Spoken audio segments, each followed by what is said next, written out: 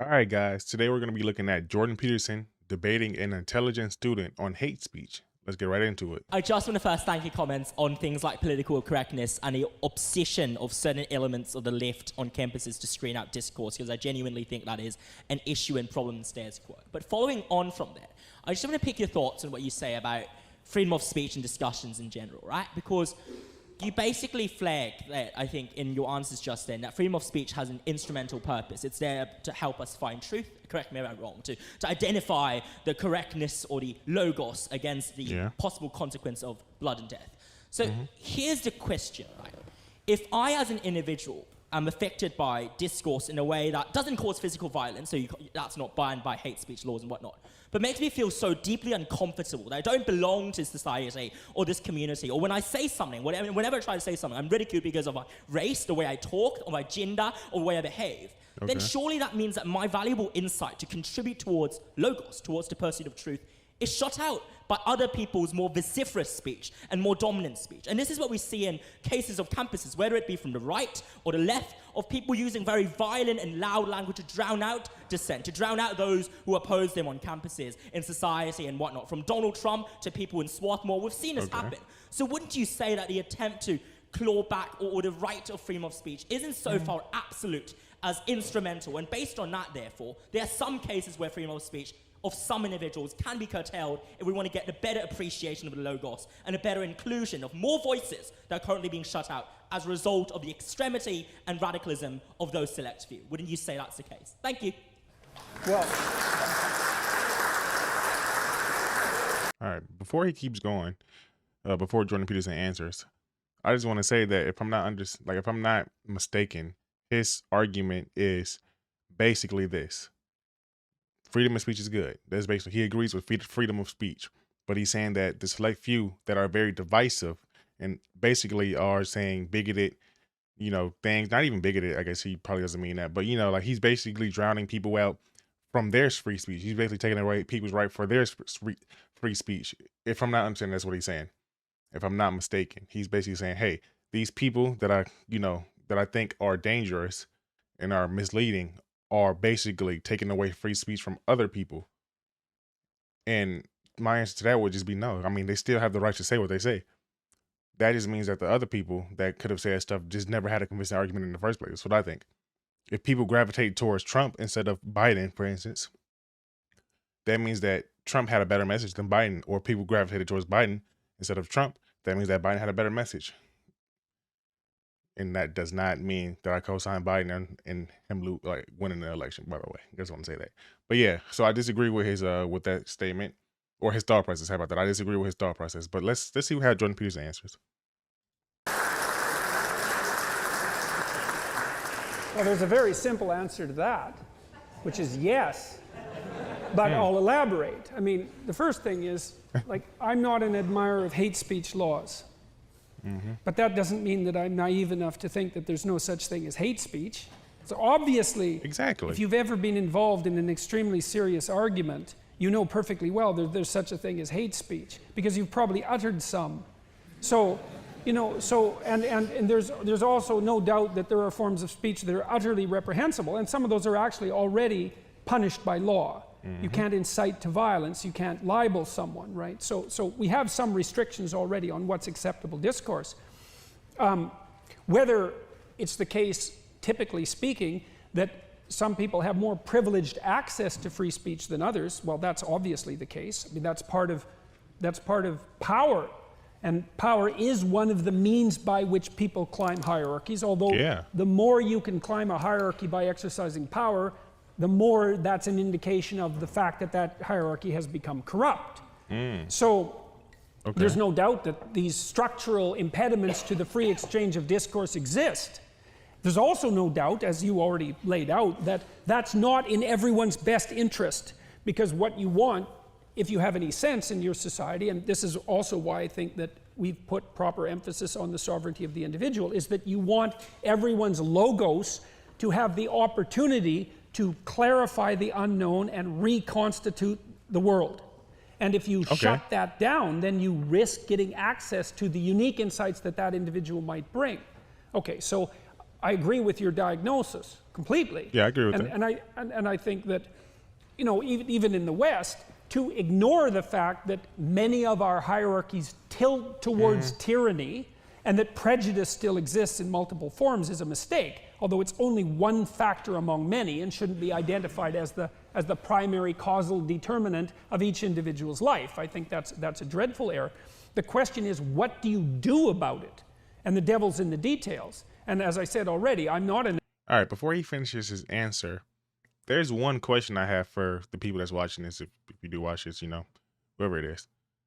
So, what do you guys think? Is it like, so this is my thought process on it. Like, he's saying that we don't want to take away people's logos because other people are basically overpowering them. Like, other people, like Donald Trump, like, I don't know, all of these other people are, they're basically taking out other people's freedom of speech. And my argument to that, wouldn't that just be like natural selection then? Like, wouldn't that be just, you know, the strongest take, you know, the right to, they have the right to do that. The strongest have the right to freedom of speech. And then if people don't want to listen to the other people that, like he said, might be drowned out, wouldn't that just be natural? I don't know. I'm just confused.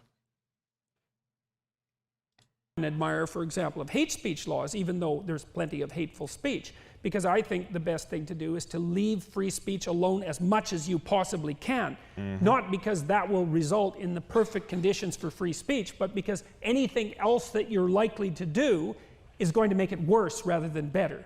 Okay. And so that's how it looks to me. Can I just follow up Very quickly. So, just want to pick your brains on hate speech laws, because it seems that you agree that the pursuit of logos and logic and some sort of achievement of individualization, individual autonomy that is the end goal of discussion here, right? So let's assume, like, correct me if I'm wrong again, that's the end objective. Here's the thing, it seems No, that... I wouldn't say that exactly. I wouldn't say that exactly. I think that's, Okay. I think that's too individualistic. I would say that what you want is two things happening simultaneously, is that you want to maximize individual development, but you want to do that in a way that brings the greatest amount of harmony simultaneously possible to the familial unit and also to the broader social unit. So Okay. those things, those interests have to be stacked.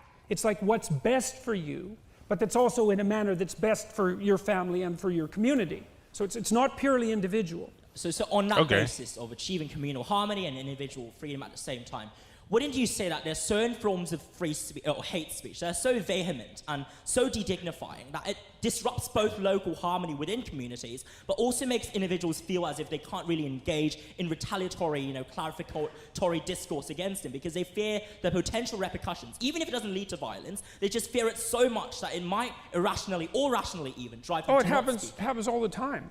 In fact, it's the standard situation. You know, if you look across the world, most societies don't do a good job of either promoting or allowing free speech. I don't know how we ever managed it. It's so unlikely because it's so hard on people and hard on those who occupy positions of power in tyrannical hierarchies that I can't believe that any society's ever managed to figure it out at all. Yeah. So those dangers are always there. And I also think the highest likelihood often is that societies that do put high value on free speech will lose that because it's so difficult to maintain. So, but with regards to hate speech, for example, let's say that things would be much better if there was less hateful speech. Okay. Yeah. I think everybody agrees with that. Seems highly probable to me, especially if you look at the more egregious forms of hateful speech. How best to regulate it? Well, my sense is you let those who wish to utter hateful things do so and let everyone hear them, because that's the best way to ensure that what they're saying will be understood and rejected. Now, in order to Yeah, I agree with that wholeheartedly right there. If you think somebody's saying something dangerous, do not suppress it, because if you suppress it, there's going to be an underground community. We see that with a lot of things, you know, like the Nazis and all of that stuff. Like, they're underground now. They're not gone. They're just underground. If people come to the light and they're allowed on platforms and they're allowed to, you know, speak, then we will understand and come to know what they think. And like he said, we can reject it. We can disregard it. We can say, no. You can, you know, no, that's y'all, stay over there. this is a bad idea, and so they will know it's a bad idea, and you can probably help them break down. I don't know, some people you can't help, except some people like, they're stuck up in that stuff. You can help them and break down why this stuff is wrong. So I agree with that. Yeah. Posit that, you have to assume that the population composed of sovereign individuals is wiser than it is foolish. And that's a type, that's a hope. You might think about it as an axiom of faith, but I do believe it to be the case. I think that if you put the evidence in front of people, by and large, they will do the right thing. Yeah. I think that the problem with regulating hate speech, it's very simple. Who defines hate? Yep. And the answer to that is, over any reasonable period of time, exactly the people you would least want to have define hate. Wow. And so the consequences of the regulation become incalculably worse as a problem than the problem that they were designed to deal with. To think otherwise is to think in a sort of utopian manner. Okay. It's like, well, we have a problem, hate speech. Well, we can come up with a solution and there will be no problems with that solution. It's like, no, that isn't how the world works. When I'm negotiating with my clinical clients, one of the things I always tell them is, often, because they're in difficult circumstances, and often not for psychological reasons, it's like, no, you don't understand. You're screwed both ways. You don't have an option here where you're not going to suffer. Yeah. That's what it means to be in a bad situation. Okay. You're going to pay a price both ways. You can pick your price. Okay, so we're going to have hate speech, or we're going to have the consequences of the arbitrary regulation of hate speech. Well, I know what the consequences are of the arbitrary regulation of hate speech, is that things get a lot worse, because hate's very difficult to define. And that's... Before he keeps going, actually, I'm sorry to interrupt Jordan Peterson, it's Jordan Peterson, but I think it's very interesting how he's saying that basically every single time hate speech is brought up, the people that are in charge always seem to be the worst people. So I have a question for anybody that's willing to answer. Don't you think that everybody is flawed inherently, and that if you have power, those flaws come out even more? Like it's way worse if you have power. I think power corrupts you. That's personally what I think. That's what I believe. I think you give the happiest man, the nicest man, the most virtuous man power, and it usually corrupts them. Now, some people are just, uncorruptible, I guess you could say. I haven't seen too many. Can't really think of any off the top of my head right now. But what do you guys think? Do you think that it's just certain people? Do you think that everybody just is corrupt in general? So if somebody has power and they have the power to define what hate speech is, that'd be bad. That's what I think personally about what he's saying, how every single time somebody's in power, they make hate speech, this weird thing. And, we basically just disagree on what hate speech is at that point with people in power. So yeah, I don't know. What do you guys think about that? It's actually a real problem when you're trying to regulate it, because you have to be able to define it. And we're already at a point where, well, you made someone uncomfortable. Why isn't that hate speech? I mean, I was basically asked that by one of your most outstanding journalists, or your most popular journalists. Well, why should you have the right to say something that's offensive? It's like... Matthew Newman.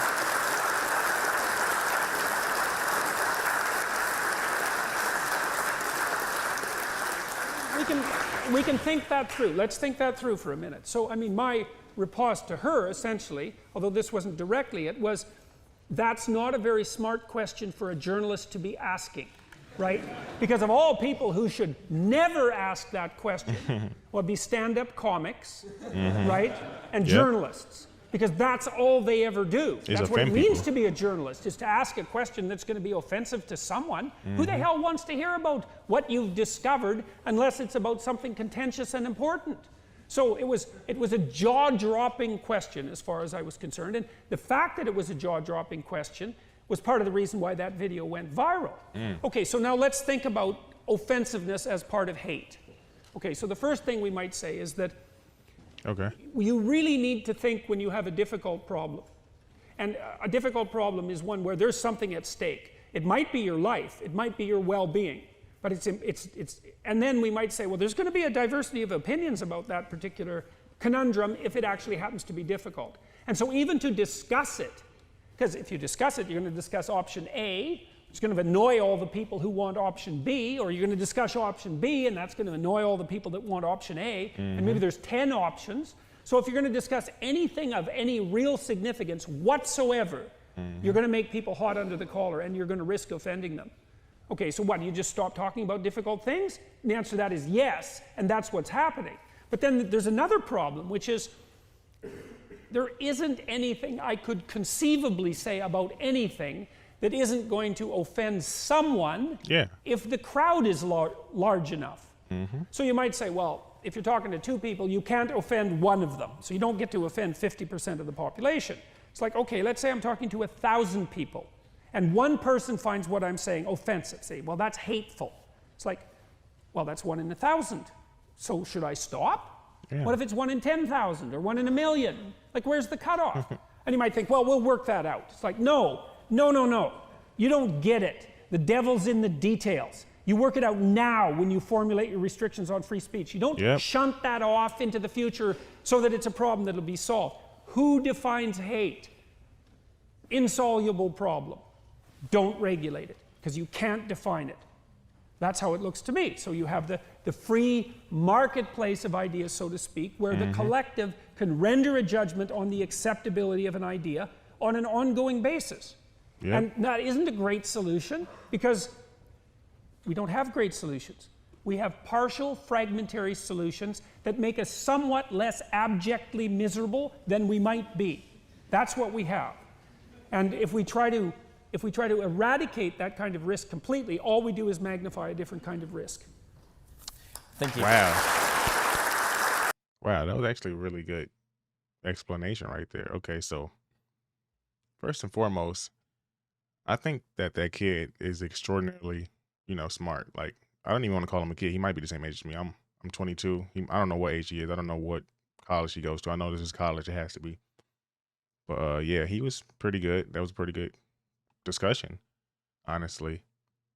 I think Jordan Peterson hit the nail on the coffin when he said that even though people, are usually drowned out with free speech, because that inevitably happens with anything, it still has to be there in order to, like he said, keep individual sovereignty. And also, I didn't even know he had this position. He wants it to be better for the community around you too. I thought that was very interesting. He said that, not just you. It has to be better for the people around you, your community, your family, everything like that. I thought that was, really good. But with that being said, this is a great video. My name is Jay Dottie. If you like it, like and subscribe. Peace.